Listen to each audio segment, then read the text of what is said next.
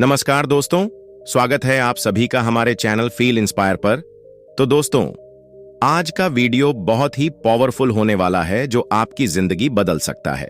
तो please video को अंत तक देखें और वीडियो शुरू करने से पहले चैनल को सब्सक्राइब कर ले ताकि आने वाली सभी वीडियो की नोटिफिकेशन आप तक सबसे पहले पहुंच सके।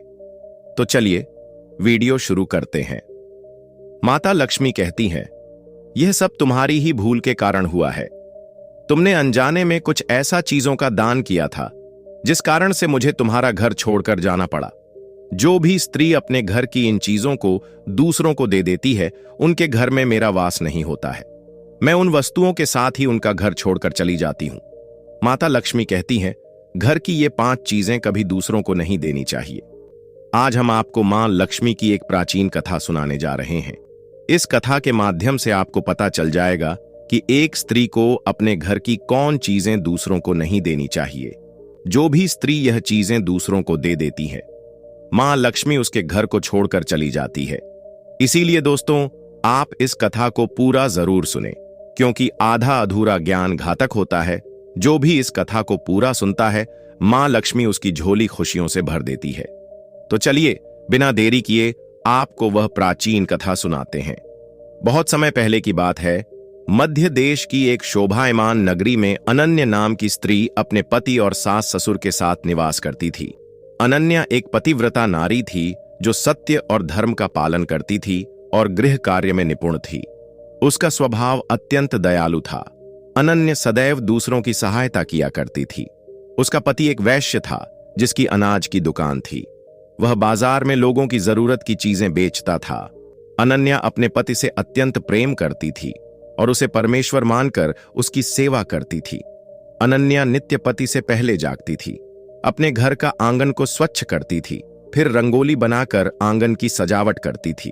उसके बाद वह अपने घर को स्वच्छ करती, फिर स्नान आदि कार्य संपन्न करके वह तुलसी को जल देती थी और देवी देवताओं का पूजन करती थी। इस प्रकार से वह रोज अपने नित्य कर्म करती थी। अनन्या ने कभी किसी का अनादर नहीं किया। वह सभी के साथ मधुर वाणी में बातें करती थी। सभी लोग अनन्या को देखकर कहने लगे थे कि यह तो साक्षात लक्ष्मी के समान गुणों वाली स्त्री है। यह अपने परिवार का कितने अच्छे से ख्याल रखती है। इसके अलावा अनन्या दान धर्म करते समय कभी अपने हाथ पीछे नहीं खींचती थी। उसके द्वार पर जो भी याचक आता, वह उसे दान दिए बगैर नहीं भेजती थी।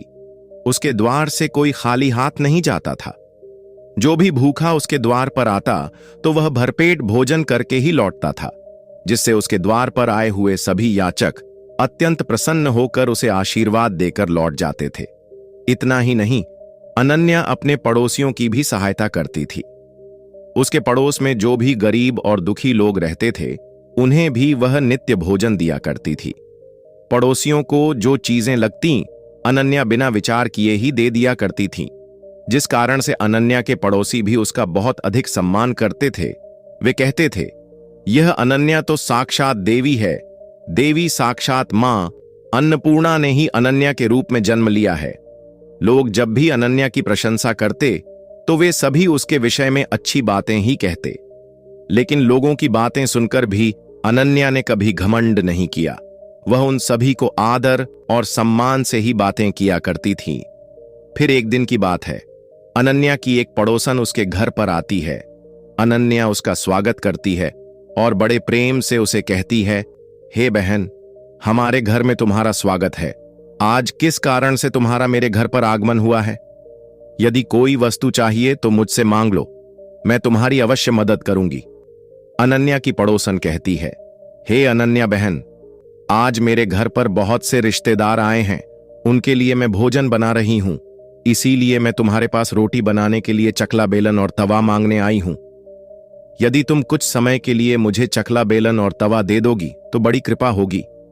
मैं काम हो जाने के बाद तुम्हें जल्दी ही लौटा दूंगी। अनन्या कहती है, हे बहन, इसमें क्या बड़ी बात है? अभी मुझे चकला बेलन की आवश्यकता नहीं है, इसीलिए तुम मेरा चकला बेलन और तवा ले जा सकती हो। रुको, मैं अभी तुम्हें लाकर देती हूं। फिर अनन्या रसोई घर में जाती है और रसोई घर से चकला बेलन और तवा लाकर उस पड़ोसन को देती है। तब पड़ोसन कहती है, हे बहन, तुम्हारा बहुत बहुत धन्यवाद। आज तुमने मेरा काम सफल कर दिया। मैं अपने मेहमानों को भोजन कराकर तुम्हारा चकला बेलन जल्दी से लौटा देती हूं। अनन्या कहती हैं, हे बहन, चिंता की कोई बात नहीं है। जब तुम्हारा कार्य पूर्ण हो जाएगा तब तुम मुझे लौटा देना। फिर वह पड़ोसन अनन्या का चकला बेलन और तवा लेकर चली जाती है। कुछ समय बाद अन्य एक स्त्री अनन्या के घर पर आती है। अनन्या उसका भी प्रेम से स्वागत करती है और पूछती है, पधारो बहन, आज तुम्हें मुझसे क्या काम है? संकोच ना करो और बताओ तुम्हें मुझसे क्या चाहिए। मैं तुम्हारी मदद जरूर करूंगी। तब वह स्त्री कहती है, हे बहन, मेरे घर में बहुत गंदगी हो गई है और मेरे घर को साफ करने के लिए मेरे पास कुछ भी नहीं है। इसीलिए मैं तुम्हारे पास झाड़ू मांगने के लिए आई हूं। यदि तुम्हें कोई समस्या ना हो तो कृपा करके मुझे अपने घर की झाड़ू दे दो। मैं अपना घर साफ करके तुम्हें झाड़ू लौटा दूंगी। अनन्या बिना विचार किए ही कहती है, हे बहन, बस झाड़ू ही तो है, इसमें क्या समस्या हो सकती है? तुम रुको, अभी मैं तुम्हें अपने घर की झाड़ू लाकर देती हूं। इतना कहकर अनन्या घर के अंदर जाती है और झाड़ू लेकर आती है और उस स्त्री को दे देती है। वह स्त्री अनन्या के घर की झाड़ू लेकर चली जाती है। फिर कुछ देर बाद अन्य एक स्त्री अनन्या के घर पर आती है। अनन्या उसका भी बड़े प्रेम से स्वागत करती है। अनन्या कहती है, पधारो बहन, क्या बात है? आज मेरे घर पर किस कारण से आना हुआ? तुम्हें जो कुछ भी चाहिए निसंकोच होकर कहो, मैं तुम्हारी सहायता करने का प्रयास अवश्य करूंगी। तब वह स्त्री कहती है, हे अनन्या बहन, तुम बड़ी दयालु हो। मैंने तुम्हारे बारे में बहुत सुना है और तुम सभी की मदद करती रहती हो। इसीलिए मैं तुम्हारे पास एक छोटी सी मदद मांगने के लिए आई हूं। अनन्या कहती है, हे बहन, संकोच ना करो, तुम्हें जो कुछ भी चाहिए मांग लो। यदि मेरे बस में होगा तो मैं मना नहीं करूंगी। मैं तुम्हारी सहायता अवश्य करूंगी। तब वह स्त्री कहती है, हे अनन्या बहन, आज मेरी बेटी को देखने के लिए लड़के वाले आ रहे हैं, इसीलिए मैं चिंता में हूं। मेरे पास पहनने के लिए एक भी गहना नहीं है, तो मैं अपनी बेटी को क्या दूं? उसके पास पहनने के लिए अच्छे वस्त्र भी नहीं है। इसीलिए कृपा करके मुझे आप थोड़े गहने और वस्त्र उधार में दे दीजिए। केवल एक दिन के लिए जब लड़के वाले देखकर चले जाएंगे तो मैं तुम्हारे गहने लौटा दूंगी। उस पड़ोसन की बात सुनकर अनन्या कहती हैं, बस इतनी बात है। बहन, तुम चिंता मत करो, तुम्हारी पुत्री मेरी छोटी बहन के जैसी है, उसकी सहायता मैं अवश्य करूंगी। मैं अभी तुम्हें मेरे गहने और साड़ी देती हूं, जिसे पहनकर तुम्हारी पुत्री राजकुमारी लगेगी। फिर अनन्या अंदर जाती है, गहने और साड़ी लेकर आती है और उस पड़ोसन को दे देती है। वह पड़ोसन प्रसन्न होकर अनन्या के गहने और साड़ी लेकर चली जाती है। फिर शाम हो जाती है और अन्य एक पड़ोसन अनन्या के घर पर आती है। अनन्या उसका भी बड़े प्रेम से स्वागत करती है और कहती है, पधारो बहन, आज किस कारण से मेरे घर पर आना हुआ? बताओ, मैं तुम्हारी किस प्रकार से सहायता कर सकती हूं? तुम्हें जो कुछ चाहिए निसंकोच होकर कहो, मैं तुम्हारी मदद जरूर करूंगी। वह पड़ोसन कहती है, हे अनन्या बहन, तुम बड़ी दयालु हो और तुम सभी की मदद करती हो, इसीलिए मैं तुम्हारे पास आई हूं। मेरा बच्चा भूखा है और उसे पिलाने के लिए दूध नहीं है, इसीलिए मैं तुम्हारे पास दूध मांगने के लिए आई थी। अगर थोड़ा सा दूध मिल जाता तो बड़ी कृपा होती। अनन्या कहती है, अरे बहन, इसमें कौन सी बड़ी बात है, लो अभी मैं तुम्हें दूध दे देती हूं। अनन्या रसोई घर में जाती है और थोड़ा सा दूध लेकर आती है और उस पड़ोसन को दे देती है। वह पड़ोसन प्रसन्नता से उस दूध को लेकर चली जाती है। इस प्रकार से अनन्या अपने सभी पड़ोसियों की मदद कर देती है और प्रसन्न होकर घर का काम करने में लग जाती है। फिर रात होते ही उसका पति घर पर लौट आता है। अनन्या अपने पति को प्रणाम करती है और उसकी खूब सेवा करती है। रात को दोनों पति पत्नी आनंद से सो जाते हैं। फिर दूसरे दिन वे जागते हैं तो उन्हें एक बहुत ही बुरी खबर कानों पर पड़ती है। एक आदमी दौड़ते हुए अनन्या के घर पर आता है और अनन्या के पति से कहता है, हे भाई, कल रात को किसी ने आपकी दुकान लूट ली है, सारा माल गायब है। अनन्या का पति एकदम से घबरा जाता है और दौड़ते हुए अपने दुकान पर जाता है तो देखता है उसका सारा माल किसी ने लूट लिया है। वह देखता है कि उसके दुकान में रखा हुआ सारा धन भी चोरी हो चुका है। वह दुखी और निराश होकर घर पर लौटता है। और अनन्या को सारी बात बताता है, जिसे सुनकर अनन्या बहुत दुखी हो जाती है। अनन्या कहती है, आप चिंता ना कीजिए जी, हमारे घर में अभी बहुत सारा धन रखा हुआ है, जिससे आप फिर से व्यापार शुरू कर सकते हैं। फिर अनन्या अपने घर की तिजोरी में देखती है तो वह भी पूरी तरह खाली दिखाई देती है। उसके अंदर कभी सारा माल अब चोरी हो चुका था। यह देखकर अनन्या बहुत दुखी हो जाती है। उसे समझ में नहीं आता कि यह कैसे हुआ। अनन्या का पति उस पर बहुत क्रोधित हो जाता है और पूछता है, अनन्या सच सच बताओ, हमारे घर के अंदर रखा हुआ सारा पैसा कहां गया? अनन्या कहती है, हे स्वामी, मैं घर पर ही थी, सारा धन तिजोरी में ही था, किसने इसे चुरा लिया पता नहीं, कृपया आप शांत हो जाइए, हम कोई ना कोई उपाय जरूर ढूंढ लेंगे। अनन्या का पति कहता है, ये जो तुम दूसरे लोगों को घर पर बुलाकर खिलाती हो, अनजान लोगों को घर में बुलाती हो, उसी का फल है। ये उन्हीं में से किसी ने हमारे घर का सारा पैसा चुरा लिया है। क्रोध में आकर अनन्या का पति उसे भला बुरा कहता है। अनन्या की सास भी उसे बहुत कोसती है और कहती है, तुम ही इन पड़ोसियों को घर की चीजें देती रहती हो, बिना सोचे किसी की भी मदद कर देती हो। उन्हीं में से किसी ने सारा पैसा चुरा लिया है। घर के सभी लोग अनन्या को भला बुरा कहने लगते हैं। फिर अनन्या अपने पति को दिलासा देते हुए कहती है, हे स्वामी, मैंने मेरे कुछ गहने हमारी पड़ोसन को दिए हैं, मैं उसके पास से गहने लेकर वापस आती हूं। फिर अनन्या उस गरीब पड़ोसन के घर पर जाती है तो देखती है उसके घर पर कोई नहीं होता है। वह स्त्री भी घर छोड़कर अनन्या के गहने लेकर भाग गई होती है।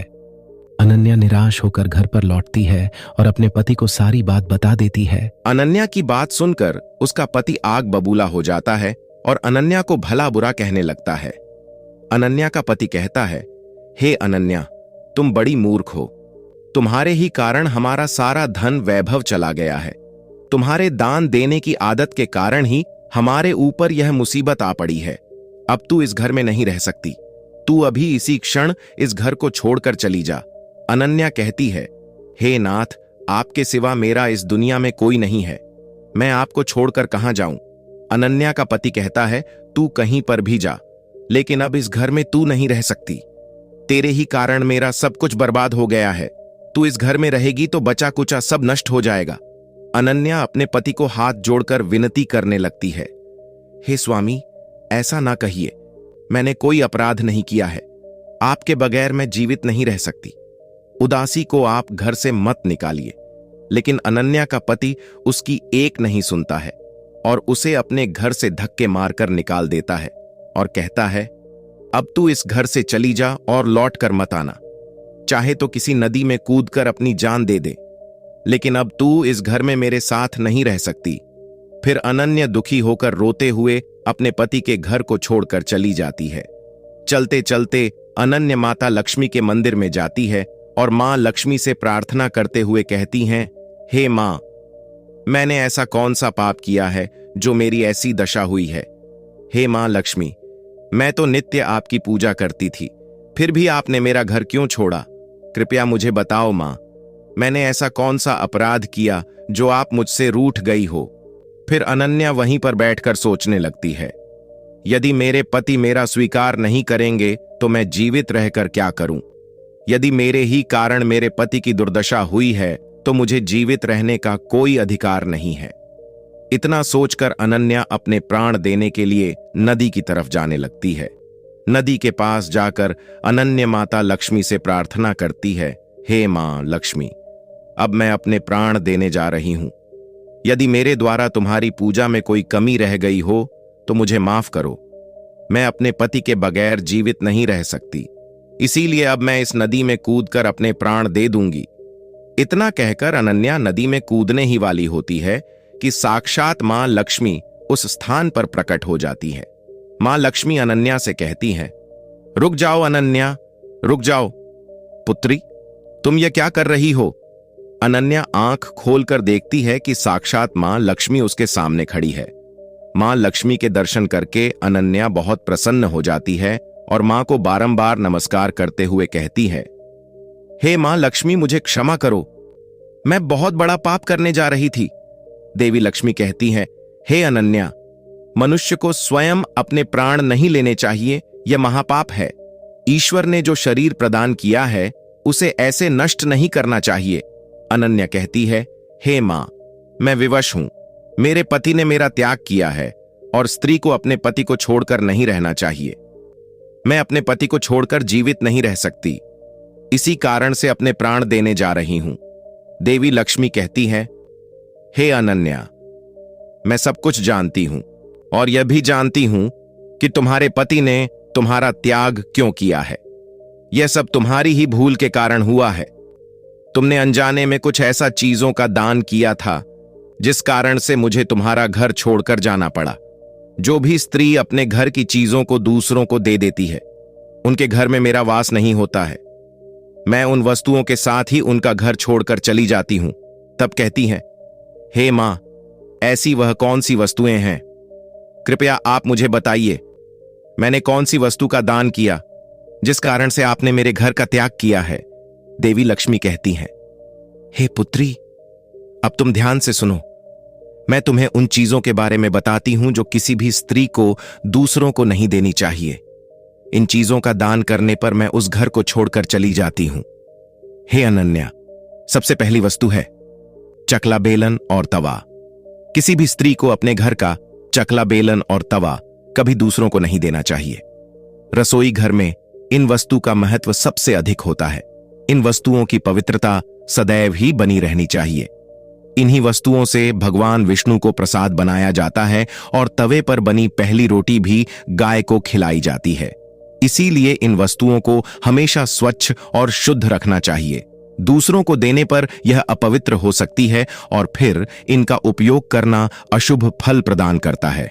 इसीलिए अनन्या, तुमने अपने रसोई घर के चकला बेलन और तवा अपनी पड़ोसन को देकर पहली बड़ी भूल की है। आगे मां लक्ष्मी कहती है, हे अनन्या, अब तुम दूसरी वस्तु के विषय में सुनो। तुमने अपनी पड़ोसन को अपने घर में रखी हुई झाड़ू ही दे दी। जिस वस्तु में मेरा सदैव वास होता है, जो वस्तु मुझे सबसे अधिक प्रिय है, तुमने उसे ही दूसरे को दे दिया, तो फिर मैं तुम्हारे घर में कैसे ठहरती? हे अनन्या, जो स्त्री अपने घर की झाड़ू दूसरों को दे देती है, मैं उसके घर को त्याग देती हूं। झाड़ू से घर की स्वच्छता की जाती है और जहां पर स्वच्छता होती है उसी स्थान पर मेरा वास होता है। ध्यान में रखना अनन्या, घर में झाड़ू को हमेशा छिपा कर रखना चाहिए। झाड़ू पर बाहरी व्यक्ति की दृष्टि भी नहीं पड़नी चाहिए। झाड़ू एक अत्यंत पवित्र वस्तु है। इसे पैर नहीं लगाना चाहिए और इससे कभी विष्ठा आदि प्रकार की गंदगी साफ नहीं करनी चाहिए। मां लक्ष्मी कहती हैं, हे अनन्या, अब तुम तीसरी वस्तु के विषय में सुनो, जो एक स्त्री को कभी दूसरों को नहीं देनी चाहिए। वह वस्तु है आभूषण। एक स्त्री को अपने आभूषण कभी अन्य महिला को नहीं देने चाहिए। मैं सदैव ही आभूषणों में वास करती हूं। स्त्री के 16 श्रृंगार में गहनों का बहुत अधिक महत्व होता है। एक विवाहित स्त्री को अपने आभूषणों कभी अन्य स्त्री को पहनने के लिए नहीं देने चाहिए। जो स्त्री अपने आभूषण अन्य स्त्रियों को देती है, उसके जीवन में दुर्भाग्य आता है। हे अनन्या, अब मैं तुम्हें चौथी वस्तु के विषय में बताती हूं। किसी भी मनुष्य को शाम हो जाने के बाद कभी सफेद रंग की वस्तुओं का दान नहीं करना चाहिए, किंतु तुमने शाम के समय दूध का दान किया था। शाम को दूध का दान करने से जीवन में दुर्भाग्य आता है। शाम को सफेद रंग की चीजें दान करने से मनुष्य के जीवन में अशुभ काल आता है। मां लक्ष्मी कहती है, हे अनन्या, अब मैंने तुम्हें उन सभी वस्तुओं के बारे में बता दिया है जिनका कभी दान नहीं करना चाहिए। यह वस्तुएं कभी दूसरों को उधार में अथवा उपयोग के लिए नहीं देनी चाहिए। अनन्या कहती हैं, हे मां लक्ष्मी, मुझसे बड़ी भूल हो गई। मैं इन बातों से अनजान थी। कृपया मुझे क्षमा करो और अब मुझे प्रायश्चित करने का उपाय बताओ। देवी लक्ष्मी कहती हैं, हे अनन्या, तुमने प्रायश्चित पहले ही कर लिया है, इसीलिए अब तुम अपने घर पर लौट जाओ।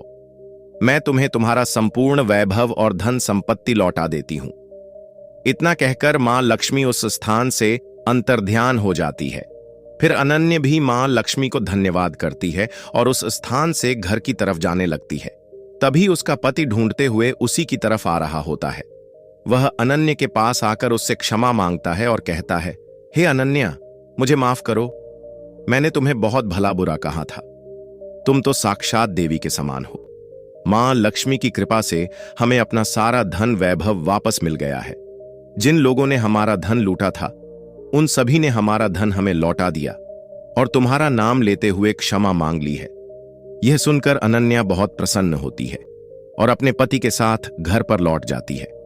मां लक्ष्मी की कृपा से अनन्या के घर में फिर से सुख समृद्धि आती है और उसके बाद से अनन्या ने अपने घर की यह 4 चीजें कभी दूसरों को नहीं दी। तो दोस्तों, उम्मीद है आपको यह कथा पसंद आई होगी। वीडियो को लाइक जरूर करें और कमेंट में जय मां लक्ष्मी जरूर लिखें। अगर वीडियो से कुछ सीखने को मिला होगा तो चैनल को सब्सक्राइब करके बेल आइकॉन को ऑल में सेट करें और वीडियो को लाइक करके अपने दोस्तों और रिश्तेदारों के साथ जरूर शेयर करें। तो चलिए, बहुत जल्दी फिर मिलेंगे एक नए वीडियो में एक नए सिक के साथ। तब तक के लिए चैनल को सब्सक्राइब करके बेल आइकॉन को ऑल में सेट कर ले। धन्यवाद।